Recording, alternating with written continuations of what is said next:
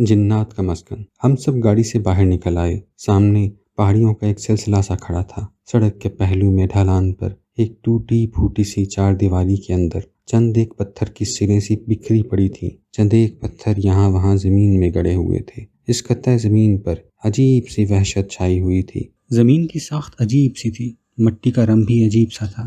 ہلکی ہلکی سرخی زردی سے ملی جڑی ہوئی تھی۔ کہیں زردی ابھری ہوئی تھی، کہیں سرخی۔ ایک گہرا سکوت چھایا ہوا تھا، ایک ویرانی، سرخ ویرانی، جیسے اس مکان کو جن روند گئے ہوں۔ یہ جنوں کا مسکن ہے کیا؟